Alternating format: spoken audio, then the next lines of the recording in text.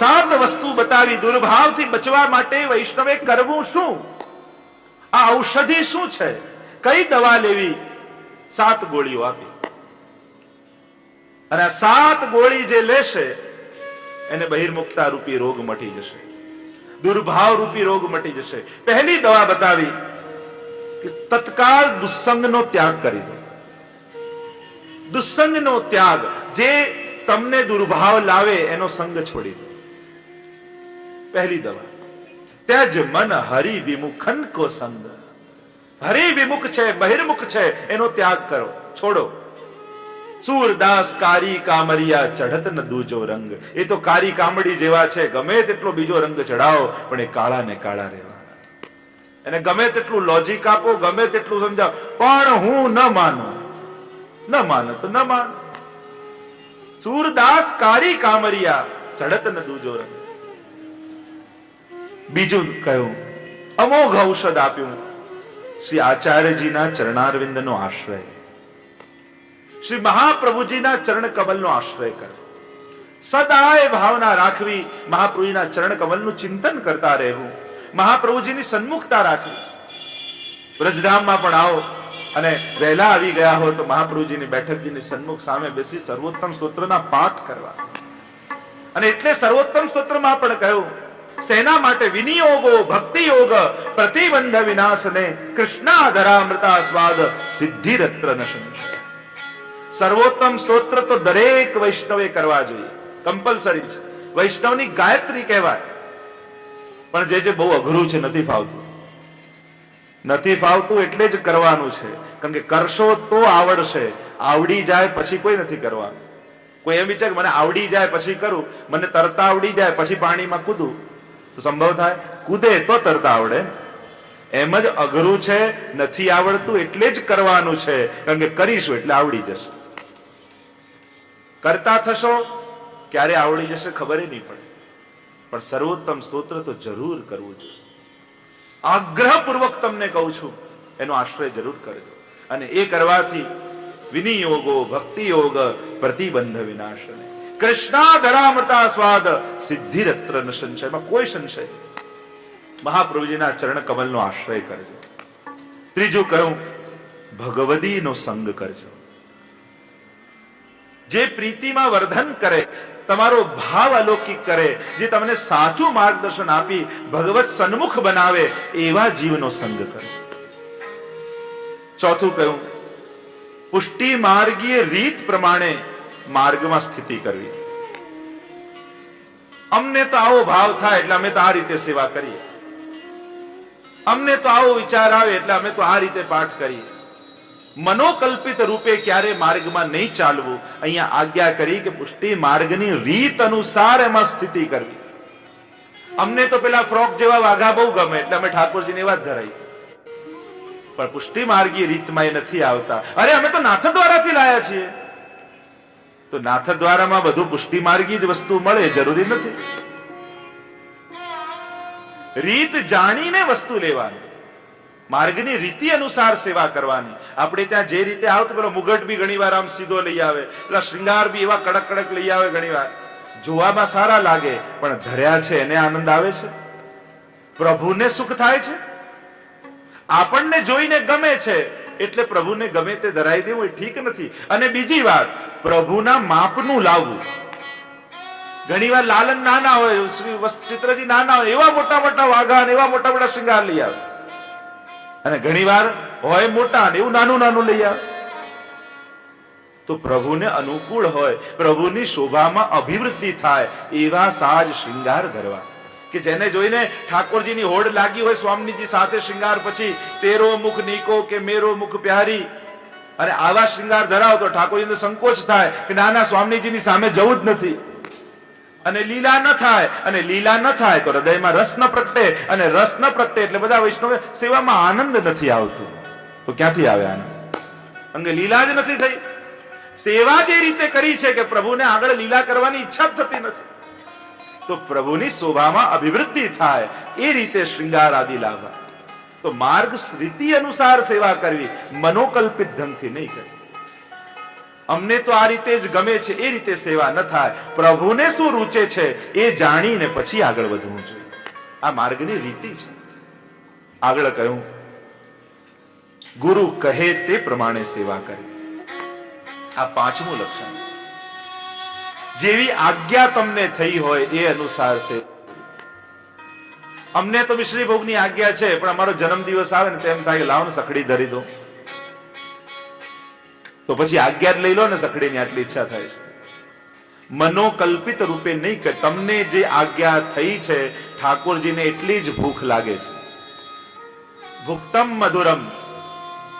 એક દિવસ ઈચ્છા થઈ સખડી ધર્યું, બીજા દિવસે ઈચ્છા થઈ સખડી ધર્યું, ત્રીજા દિવસે આજે મૂડ નથી આવતો સેવાનો, રહેવા દો ને ભલે પોડતા ઠાકોર. આ રીતે જો સેવા કરવાની હોય તો એ યોગ્ય નથી. અને એટલે જ આજ્ઞા લઈને તમને જે આજ્ઞા મળી છે અને એમાં જરાય ન્યૂનતા નહીં માનવી. અમને તો મિશ્રી ભોગની જ આજ્ઞા છે, આ રીતે નહીં કહેવું. ક્યારે પણ તમારા માટેની આજ્ઞા એ તમારા માટે સર્વોપરી છે. એ ત્રિલોકનો નાથ તમારા ઘરે મિશ્રી આરોગે છે એ નાની વાત નથી. એને નાનું ન ગણશો, એ બહુ મોટી વાત છે. એટલે એને પણ સૌભાગ્યથી કહેવું, ના મને આ ભોગની આજ્ઞા છે અને આ રીતે હું કરું છું. મોટો પ્રશ્ન એ આવે કે સખડી ભોગના ઠાકોરજી હોય અને બીજા કોઈ વૈષ્ણવ ઠાકોરજી આપણા ઘરે પધરાવ્યા અને એને મિશ્રી ભોગની આજ્ઞા હોય, એટલે વૈષ્ણવને એમ થાય કે મારા ઠાકોરજી સખડી આરોગતા હોય અને એના મિશ્રી ભોગના ઠાકોરજી, હવે એના ઠાકોરજીને કેવું લાગે મિશ્રી ધરું તો, એટલે અમે તો સખડી ધરી દઈએ છીએ. તો એ પણ ઠીક નથી. એને જે આજ્ઞા હોય એ રીતે જ આરોગાવું. જેમ તમારું બાળક 6 મહિનાનું હોય અને કોઈ પોતાના જેમ તમારું બાળક 12 વર્ષનું હોય અને કોઈ 6 મહિનાનું બાળક સાચવવા આપી જાય, તો 12 વર્ષના બાળકને જે ખવડાવો એ 6 મહિનાને ખવડાવો. ના ના, મારો દીકરો તો આટલું ખાય છે તો પેલાને એટલું ખવડાવો. જે દૂધઘરની આજ્ઞા વાળા છે, જે મિશ્રીની આજ્ઞા વાળા છે, ત્યારે એમ માનવું કે આના લાલન હજી યશોદાજીની ગોદમાં પોડે એટલા જ છે અને મારા પ્રભુ મોટા થઈ ગયા છે, પૌગંડ વયના છે, એટલે સખડી આરોગ્ય છે અને આના લાલન મિશ્રીને દૂધઘર આરોગ્ય છે. એવો ભાવ રાખો. પણ આજ્ઞાથી અતિરેક ક્યારે નહીં કરવું. કોઈનું પણ અતિક્રમણ આજ્ઞાનું નહીં કરવું, કારણ કે પછી એ સુખનો વિષય નથી રહેતો, પછી એ પ્રભુને પરિશ્રમ રૂપ થઈ જાય છે. માધવ ભટ્ટ કાશ્મીરી મહાપ્રભુજીના આટલા નિજ સેવક, મહાપ્રભુજી વચનામૃત કરતા અને પોતે સુબોધનીજી લખતા. મહાપ્રભુનું આજે ચિત્ર જોઈએ ને, 3 સેવકો આગળ છે, એક શ્રવણ કરી રહ્યા, એક લખી રહ્યા છે, સાષ્ટાંગ દંડવત કરી રહ્યા છે. એક છે દામોદાસ અરસાનીજી, બીજા છે કૃષ્ણદાસ મેઘન અને ત્રીજા જે લખી રહ્યા છે એ છે માધવ ભટ્ટ કાશ્મીરી. અને માધવ ભટ્ટ કાશ્મીરી એમને થયું કે સેવામાં એવી ઈચ્છા થઈ કે આજે ફૂલન કી ગાદી ફૂલન કે તકિયા કીર્તનમાં બહુ સાંભળ્યું છે, લાવો આજે ઠાકોરજીની ફૂલની ગાદી બનાવું, ફૂલના સૈયા કરું, બધું જ ફૂલનું કરું. પુષ્ટિ માર્ગીય સેવા પ્રણાલિકામાં સૈયાજીમાં ક્યારે આપણે આ રીતે ફૂલ બિછાવતા નથી. જો નંદાલયની રીત કીર્તનોને જોઈને એની રીત કરવા નહીં લાગે, કારણ કે એ જે વર્ણન છે એ નિત્ય લીલાના છે, વ્રજ લીલાના છે.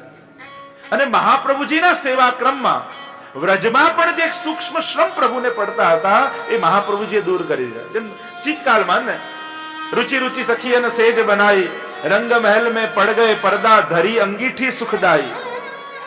હવે આપણે ત્યાં સૈયા મંદિરમાં અંગીઠી ધરતા નથી, કીર્તનમાં છે. એમ નિત્ય લીલામાં વાંચો તો કડવો તેલ તરી રાખ્યો તે સેવામાં આવતું નથી, મિર્ચન કે શાક એ પણ સેવામાં આવતું નથી. નિત્ય લીલામાં તો બધું વર્ણન છે. તો કોઈ પણ ક્યારે પણ પદમાં વાંચીને સીધું એનું અનુકરણ નહીં કરવા લાગે. એમાં સાવધાની રાખવી, આજ્ઞા લેવી ને પછી કરવી. જો એ રીત પ્રમાણે હશે તો તમને આજ્ઞા મળશે અને બરાબર નહીં હોય તો આજ્ઞા નહીં મળે. અને માધવ ભટ્ટ કાશ્મીરે ફૂલની ગાદી ને ફૂલ બધું સિદ્ધ કર્યું, ઠાકોરજીને પધરાવ્યા, પણ એમાં ભૂલથી સોઈ રહી ગઈ અને સોઈ ઠાકોરજીના શ્રીઅંગમાં વાગી અને ફલ રૂપે એમ કહેવાય કે તીર વાગ્યું કૃષ્ણ માધવ ભટ્ટ કાશ્મીરીને અને પછી દેહ છોડ્યો. એનું તીર વાગ્યું એના ફલ રૂપ. સેવાનું અતિક્રમણ ક્યારે નહીં કરવું, આજ્ઞાનું અતિક્રમણ ક્યારે નહીં કરવું. જે આજ્ઞા મળી છે આપણા માટે સર્વોત્તમ છે, એમાં ક્યાંય ન્યૂનતા નથી. ક્યારે સેવાની સરખામણી બીજા જોડે નહીં કરવી. આ બીજો દોષ સેવામાં થઈ જાય છે. આપણને આજ્ઞા મળે તરત બીજાના ઘરમાં ડોક્યું કરવાની ઈચ્છા થાય, ફલાણા બેન શું કરે છે, પણ એને જે આજ્ઞા મળી છે એ એના માટે છે, કારણ કે આજ્ઞાઓ હંમેશા વ્યક્તિગત હોય છે. સેવા સંબંધી આજ્ઞા હંમેશા વ્યક્તિગત લેવી, અને એ આજ્ઞા કેવલ ને કેવલ તમારા માટે જ છે. તમારે બીજાને એ રીતે નહીં પ્રેરવા કે મને આમ આજ્ઞા મળી છે એટલે તમે પણ આમ કરવા લાગો. આજ્ઞાઓ હંમેશા વ્યક્તિગત હોય છે, એટલે એનું પણ વૈષ્ણવે ધ્યાન રાખવું. વચનામૃતો સમષ્ટિગત હોય, પણ આજ્ઞાઓ વ્યક્તિગત હોય છે. અને એટલે જ ઘણીવાર સેવા સંબંધી આપણે જાહેરમાં નથી કહેતા, વ્યક્તિગત આવીને મળીને પૂછીએ છીએ, કારણ અન્ય લોકો એનું અનુકરણ ન કરવા લાગે. નહીં તો બધા દાંતણ જેવું થાય. વાર્તામાં આવે છે, માજી નિષ્કંચન હતા, ચમચી નહોતી એટલે એક દાંતણ રાખતા. બાજુવાળાએ જોયું કે આવા ભગવતી વૈષ્ણવ અને દાંતણ રાખે છે સેવામાં, તો કદાચ એવી રીત હશે તો પેલા તો એક રાખે, હું તો સુખી છું, પેલા 2 રાખ્યા. ત્રીજા જેવું એને 3 રાખ્યા, અને પછી તો જુડીઓને જુડી રાખવા લાગ્યા. ગોકુલનાથજી આવીને જોયું કે આ કરે છે શું, અને ત્યારે ખબર પડી કે પેલા વૈષ્ણવ નિષ્કંચન હતા અને દાંતણ રાખતા, એનું આંધળું અનુકરણ શરૂ થઈ ગયું. એમ ઘણા બધા આવા અનુકરણો આપણાથી થઈ જાય છે. પણ શિક્ષાપત્રમાં હરિરાય મહાપ્રભુજી આપણને ચેતવે છે કે સેવા કરતા સાવધાની રાખવી, મનોકલ્પિત રીતે એનું અતિક્રમણ નહીં કરવું, આજ્ઞા લઈ લે. આગળ કહું, વિષયમાં વૈરાગ્ય રાખો અને મનમાં સંતોષ રાખો. વૈષ્ણવ હૃદયમાં વૈરાગ્ય હોવું જોઈએ, અને વૈરાગ્ય એટલે છોડવાની વૃત્તિ નહીં, ધરવાની વૃત્તિ અધિક હોવી જોઈએ. જો પુષ્ટિ માર્ગનો વૈરાગ્ય એટલે છોડવું નહીં, આપણો વૈરાગ્ય એટલે અધિક ધરવું. કારણ કે પેલા વૈરાગ્યમાં તો છોડવાનું દુઃખ મનમાં આવે, અને અહીંના વૈરાગ્યમાં તો ધરવાનો આનંદ આવે કે આજે ઠાકોરજી અધિકારો તેન ત્યક્તેન ભુંજિત્થા મા ગ્રધત કસ્ય સિદ્ધનમ. જો ઈશો ઉપનિષદને કહા ત્યાગ દ્વારા ભોગવવાનું, તો અહીંયાનો ત્યાગ એટલે છોડવાનું નહીં, એટલે તો ધરી દેવાનું. સાધારણ માણસ ઉત્તમ વસ્તુ જુએ તો ભોગવવાની ઈચ્છા કરે, અને વૈષ્ણવ ઉત્તમ વસ્તુ જુએ તો ભોગ ધરવાની ઈચ્છા કરે. ત્યાં પ્રભુને લાયક છે. હજી ઘણા વૈષ્ણવ મારા પરિચયમાં એવા છે, કઈ પણ ઉત્તમ જુએ, ક્યાંક ઉત્તમ સ્થાનમાં ગયા હોય ત્યારે એમ ના કહેવાય બહુ સરસ જગ્યા હતી, એમ કહેવાય ઠાકોરજીને લાયક હતી. કઈક ઉત્તમ વસ્તુ મુખમાં મૂકી હોય, કોઈ ઉત્તમ વસ્તુ પ્રાપ્ત કરજો. આ વૈષ્ણવની વાણીનો વિવેક છે. વૈષ્ણવની વાણી કેવી હોય, કઈ પણ ઉત્તમ જુએ તેનો સ્વાદ પોતે ન લે, એના મુખમાંથી શું નીકળે, આ તો ખરેખર ઠાકોરજીને લાયક છે, એમ મનમાં આવે. આવી વાણીના ઉચ્ચારણ મનમાં થવા જોઈએ. કુંભનદાસજીના વાર્તા પ્રસંગમાં આવે છે ને, પેલો આંબ વેચનારો, અને એવા સુંદર આંબા જોયા, થયું આ તો ઠાકોરજીને લાયક છે. ત્યાં જ માનસીમાં ભોગ ધરી દીધો, ઠાકોરજી આરોગી ગયા. રામાનંદ પંડિતે જલેબી જોઈને, ઉત્તમ જલેબી જોઈ, યાદ આવે ઠાકોરજી, આ તો ઠાકોરજીને લાયક છે. ગુલાબ જોયું પેલું, અને ચર્ચા ચર્ચી થઈ, 1.25 લાખમાં ગુલાબ ખરીદ્યું, કારણ ઠાકોરજીને લાયક છે. એટલે હવેથી જ્યારે પણ ઉત્તમ વસ્તુ જુઓ ત્યારે બહુ સારી હતી ને બહુ ફાઇન હતી ને બહુ ટોપ હતી, આવા લૌકિક શબ્દો વાપરવા કરતા ઠાકોરજીનું સ્મરણ, વાણીમાં પણ પ્રભુનું સ્મરણ થતું જવું જોઈએ. વાણીમાં સ્મરણ થવું જોઈએ કે આ પ્રભુને લાયક છે, આવું વાણીનું ઉચ્ચારણ થવું જોઈએ. જો એમાં પણ એટલે જેમાં મન ફસાવાનું હતું એમાંથી મન નીકળીને ઠાકોરજીમાં પહોંચી જશે. આ જ મન લગાવવાનો ઉપાય છે એકમાત્ર. મન ભટકે છે ને વિષયોમાં, ત્યારે દરેક વિષયમાં વાણી દ્વારા મન ઠાકોરજીમાં પરોવી દો. વાણી દ્વારા પરો એટલે મન ઠાકોરજીમાં આવી જશે. આવા વાણી બોલશો ને એટલે મન પાછું પ્રભુમાં આવી જશે. ખરેખર તો એ વસ્તુ મન બગાડનારી હતી, પણ આટલું બોલ્યા ને પ્રભુને લાયક છે એટલે એ ઠાકોરજી સંબંધિત થઈ ગયું. આ વાણીનો વિવેક એટલે જરૂરી છે.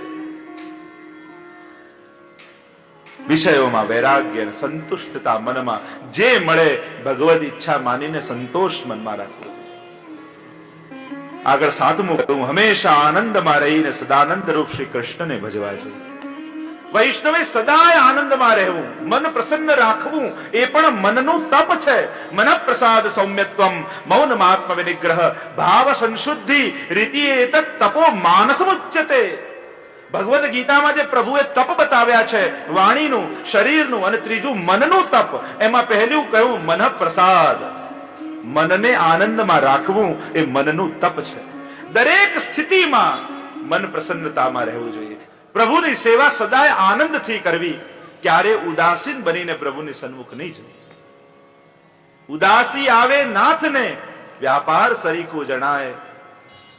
દયારામભાઈ પણ કહે, ઉદાસીન બની જો પ્રભુની સન્મુખ જશો તો એ પોતે ઉદાસ બની જશે. હરિરાયજી બહુ જ સુંદર રૂપે અહીં સમજાવતા કહે છે કે જીવનમાં આવેલું દરેક દુઃખ એ પ્રભુનું કોઈ ને કોઈ કૃપા માટેની તૈયારી રૂપે છે.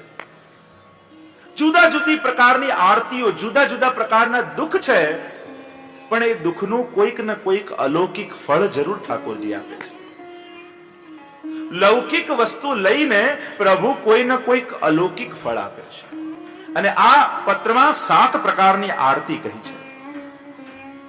આરતી એટલે દુઃખ. એક લૌકિક આરતી, દુઃખની પીડા. બીજું ધન, શરીર વગેરેની આરતી. ત્રીજી સગા સંબંધી લૌકિક વ્યવહારોની આરતી. ચોથી દેશ આરતી. પાંચમી સાધન આરતી. છઠ્ઠી પ્રારબ્ધ ભોગવવાની આરતી. સાતમી વેદ સાધ્યાર્થ આરતી, ધર્મના નિયમો ન પાળી શકવાની આરતી. આમ 7 પ્રકારની આરતી. દુઃખ જીવને લાગેલા છે અને આ દુઃખ દ્વારા પ્રભુ કઈ ને કઈ કોઈક ને કોઈક ફળ આપે છે. હરિરાયજી સમજાવતા પ્રથમ શ્લોકનું ગાન કરતા હરિરાયજી કહે, પ્રભુ તદીય જીવ કેવો છે અને કેવો રહે, કેવું બને, અને એ બનાવવા માટે પ્રભુ વિભિન્ન પરિસ્થિતિઓ પ્રગટ કરે છે. આપણા અનુભવો પરથી જ આપણું નિર્માણ થાય છે. આજે આપણે જેવા છીએ એવા એટલા માટે છીએ કે આપણે જીવનમાં આટલા અનુભવ કર્યા છે. જો આટલા અનુભવ ન થયા હોત તો કદાચ આજે આપણી અંદર જેટલી સમજ છે એટલી કદાચ ના હોત. સાહિત્યકારો તો કહે ને કે અનુભવ એક એવો કાંસકો છે જે ટાલ પડ્યા પછી જ માણસના હાથમાં આવે છે. એવો કાંસકો છે. અનુભવ પડ્યા પછી જ ખબર પડે ને કે પડે એ તો કેમ વાગે. એમ દરેક અનુભવ આપણું નિર્માણ કરી રહ્યું છે. કે અનુભવ એ ફીસ છે. આ અનુભવ લેવાની એ દુઃખ એ ફીસ છે જે ભગવાને આપણને શીખવાડ્યું છે. ફીસ લઈ તો પ્રભુ પોતાના સેવકોને આનંદના દાન કરવાનો વિચાર કરે તો એની પ્રાપ્તિ માટે, આનંદ આપવા માટે ભક્તના હૃદયમાં તાપ પહેલા પ્રગટાવે છે અને તાપ પ્રગટાવી આનંદનું દાન કરે છે. જેમ ગોપીજનોને વિરહ આપ્યો ને પછી મહારાસનો અનુભવ કરાવ્યો, પ્રભુની કૃપા કરવાનો આ પ્રકાર છે. યમનાષ્ટકની ટીકામાં પણ જેમ આચાર્યોએ કહ્યું, ભગવાન વિરહમ દત્વા ભાવ વૃદ્ધિમ કરોતિ તથૈવ યમના સ્વામી સ્મારણાત સ્વીય દર્શનાત અસ્માદ આચાર્ય વર્યાસ્તુ બ્રહ્મ સંબંધ કારણાત તાપ ક્લેશ પ્રદાનેન નિજાનામ ભાવવર્ધકાહ. શ્રી ઠાકોરજી, મહાપ્રભુજી અને યમુનાજી ત્રણેય કૃપા કરે તો કૃપા કરેનું લક્ષણ શું, કઈ રીતે કૃપા કરે? તો કહું, ભગવાન વિરહમ દત્વા ભાવ વૃદ્ધિમ કરોતિ.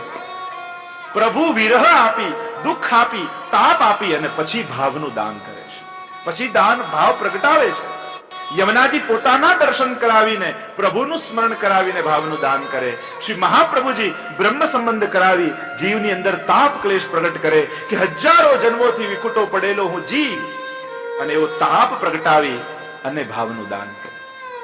તો અહીંયા હરિરાયજી કહે છે કે પ્રભુ ભક્તના હૃદયમાં તાપ આપે, દુઃખ આપે તો એ પણ આનંદના દાનની તૈયારી છે.